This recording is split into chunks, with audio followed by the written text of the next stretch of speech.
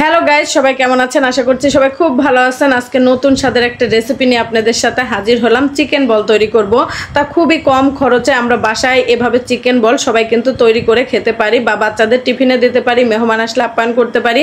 তা চিকেন বল রেডি করব, যা যা উপকরণ লাগে তো সব কিছু আমি আপনাদের সাথে শেয়ার করব। এখানে চিকেনের মূল মাংসগুলো আর কি সুন্দর করে কেটে ধুয়ে পিস করে নিচ্ছি ছোট ছোট করে, আর নিলাম এখানে পাউরুটি। আর যা যা উপকরণ লাগে, টমেটো সস, আদা বাটা, রসুন বাটা, সাদা লবণ, টেস্টি সল্ট, তারপরে হচ্ছে গোলমরিচের গুঁড়া, সয়া সস। তো এই সামান্য কিছু উপকরণ দিয়ে খুবই সুন্দর একটি ইউনিক স্বাদের হচ্ছে চিকেন বল তৈরি করে নেব। আর 5 থেকে 6টা কাঁচামরিচ দিলেও চলবে, না দিলেও চলবে। তো যাই হোক, আমি একটু কাঁচামরিচের ফ্লেভারের জন্য 5 থেকে 6টা কাঁচামরিচ দিলাম। আর এবার পাউরুটিগুলো পিস পিস করে ছোট ছোট করে কাটবো। মূলত পাউরুটির চারপাশের যে শক্ত অংশটা সেটা আর কি কেটে বাদ দেবো। তবে টাকা দিয়ে পাউরুটি কিনে আনছি, চারপাশের অংশকে ফেলে দেবো না রে ভাই, এটাও আমি খেয়ে নেব। এটা দিয়েও সুন্দর একটা রেসিপি তৈরি করা, তো যাই হোক আমি আর কি এমনিতেই খেয়ে নেব। এটা খাবো, চারপাশের পাউরুটির অংশটা খাবো আর রেসিপি তৈরি করব। তো সবগুলো পাউরুটি এভাবে চারপাশের অংশটা কেটে বাদ দিয়ে আমি আর কি পাউরুটিগুলো আলাদা করে নিলাম। আর এইগুলো দিয়ে আর কি মূলত চিকেন বল তৈরি করব। রেস্টুরেন্টটা আসলে আমাদেরকে বোকা বানায়, সামান্য কিছু উপকরণ দিয়েই কিন্তু কি সুন্দর চিকেন স্টিক বা চিকেন বল তৈরি করা যায়। কম খরচে আমরা এটা বাসায় তৈরি করে নিতে পারি। আর রেস্টুরেন্টে গেলে আসলে আমরা বোকা হয়ে যায় খাবারের অর্ডার করতেই, অনেকগুলা টাকা লাগে। তো এত সুন্দর একটা রেসিপি আজ আমি আপনাদের সাথে শেয়ার করছি।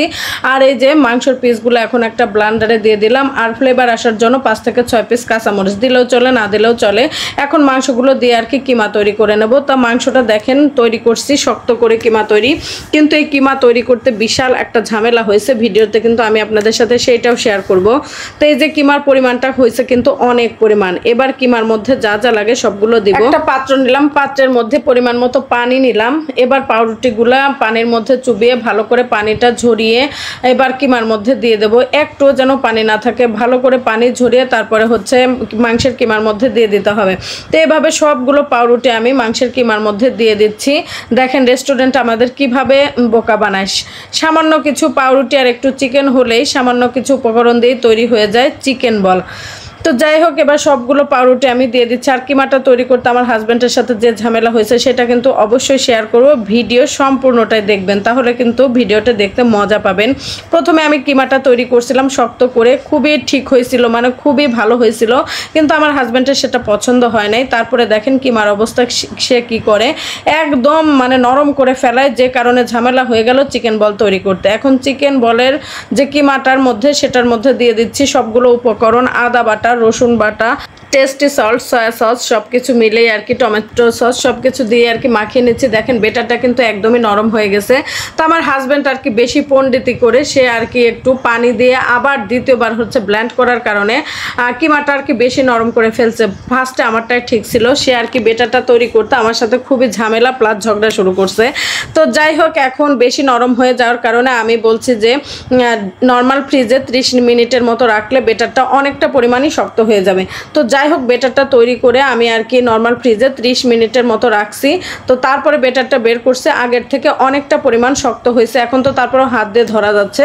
তো যাই হোক, হাতে একটু সাদা তেল মেখে আর কি গরম জল ভালো করে ফুটিয়ে তার মধ্যে আর কি চিকেন বল বল তৈরি করে আমি আর কি দিয়ে দিচ্ছি, আমি আর আমার হাজব্যান্ড। তো ভালো করে সিদ্ধ হওয়ার পরে আমি আর কি এগুলা থালের মধ্যে তুলে রাখবো। তারপরে জোরে ফ্যান দিয়ে আমি এগুলা আর কি ভালো করে শুকিয়ে ফেলবো। শুকিয়ে ফেলার পরে আপনারা এগুলা কিন্তু ফ্রোজিং করেও রাখতে পারেন, বাচ্চাদের অনেক সময় টিফিনে বা আপনিও পরে বিকালে নাস্তা হিসেবেও খাইতে পারেন। তা আমি ভাবছি কিছুটা চিকেন বল আমি ফ্রোজেন করে রাখবো আর কিছুটা রাতেই ভেজে আমরা খাবো। অনেকটা পরিমাণই হয়েছে, আরও বলগুলো ছোট ছোট করলে বা কিমাটা আর একটু শক্ত হইলে কিন্তু আরও বেশি পরিমাণটা হইতো। যাই হোক, বলগুলো বানাইছি সারা বেড়া তেরা বেড়া।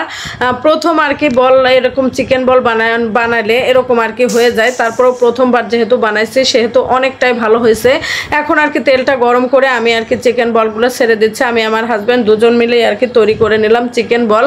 আসলে প্রথম বানানোর পরে যে এত সুন্দর একটা রেসিপি হবে, এত সুন্দর একটা ফ্লেভার হয়েছে, আমার মেয়ে তো বলছে মা একদম রেস্টুরেন্টের মতো ফ্লেভার আসছে, কারণ কোনো উপকরণই কিন্তু আমি কম দেই না, যেটা পরিমাণে লাগবে সেটাই দিছি।